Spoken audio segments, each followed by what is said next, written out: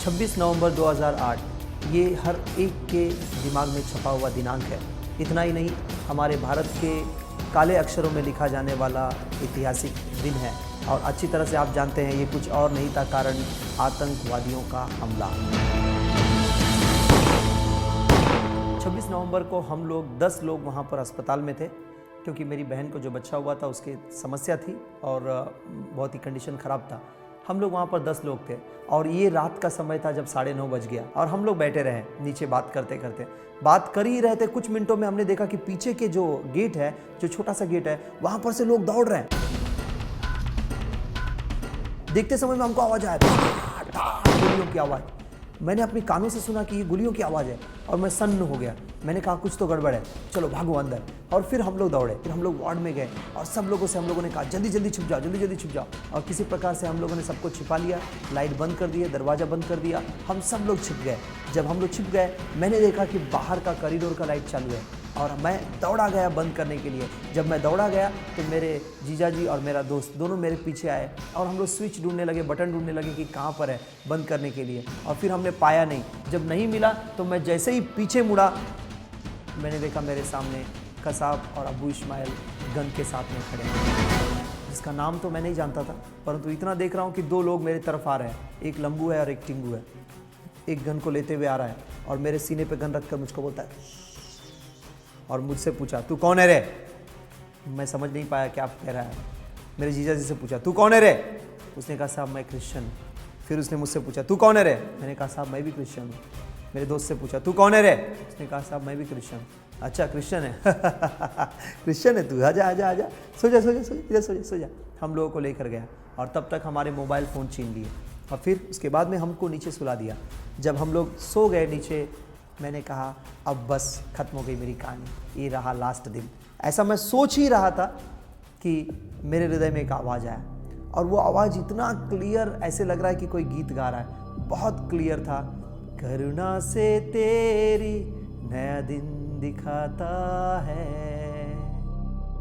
मैं बस यूँ सोच ही रहा था, वो मेरे पास आकर खड़ा हो गया, कसाब और अबू इस्माइल दोनों, और उन्होंने बंदूक रखा, बोला है खड़े हो, जल्दी खड़े हो। और हम लोग धीरे से खड़े हो गए। जब हम लोग खड़े हो गए उसने मेरे ऊपर बंदूक रखकर मुझसे कहा यहाँ पे वार्ड में और लोग हैं ना। अब मैं झूठ नहीं बोल सकता हूँ, मैं ताकने लगा उसको, बस कर रहा था। तब तक वो मेरे जीजाजी के ऊपर बंदूक रख दिया और उससे कहा है चल बुला जल्दी। और मेरे जीजाजी ने कहा ठीक है साहब, चल बुला जल्दी, चल अंदर ले चल। और उसको वार्ड में ले अंदर बाथरूम में लेकर गए। प्रभु का धन्यवाद हो, प्रभु ने मेरे जीजाजी को ज्ञान दिया और उसने कहा आ जाओ निकलो, रावद्दू बाहर आ जाओ, रावद्दू बाहर आ जाओ। रावद्दू इसका मतलब तेलुगु में ये होता है मत आओ, और वो कहता है आ जाओ निकलो जल्दी जल्दी, रावद्दू बाहर आ जाओ। तेलुगु में कहता है मत आओ, फिर बाकी भाषाओं में कहता है आ जाओ। और फिर वो तब हमारे पास लौटा और हम तीनों को बोला ए चिपक जाओ। हम लोग तीनों के तीनों दीवार में चिपक गए। तब उसने कसाब अबू से पूछा मारू क्या। अबू बोलता है रुको और लेके आता हूँ, और वो धीरे से गया ढूंढने के लिए। पता नहीं कैसे उसको एक वॉचमैन मिल गया और उस वॉचमैन को पकड़ कर लेकर आया और हमारे साथ में खड़ा कर दिया। हम 3 खड़े थे, वॉचमैन उसी हॉस्पिटल का वॉचमैन आकर हमारे साथ में खड़ा हो गया और वो पीछे से अपना बंदूक लिया और मारना शुरुआत किया। खट खट खट खट 4 बार आवाज़ आई। हमने अपने कानों से सुना 4 बार गोली, बंदूक की आवाज़, लेकिन एक भी गोली उसमें से नहीं निकली, एक भी गोली नहीं निकली।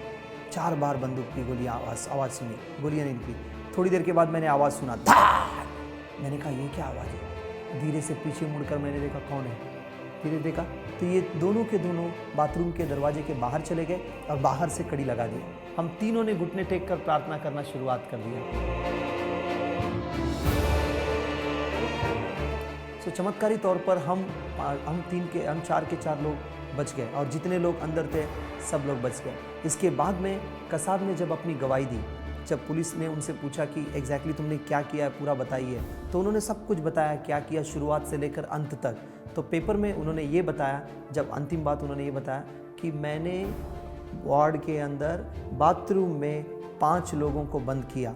अब प्रश्न ये उठता है कि ये 5वां कौन था, जबकि हम सिर्फ 4 थे। मैं, मेरा जीजाजी, मेरा दोस्त और वॉचमैन, सिर्फ 4 लोग थे। तो ये 5वां कौन था। अब मैं जानता हूँ कोई और नहीं, वो शद्रक मेशक अबेदनगो का परमेश्वर प्रभु यीशु मसीह, जो आज भी जीवित है, कल आज युगानुयुग एक समान है, वो हमारे साथ में मौजूद था और हम लोगों को बचा लिया।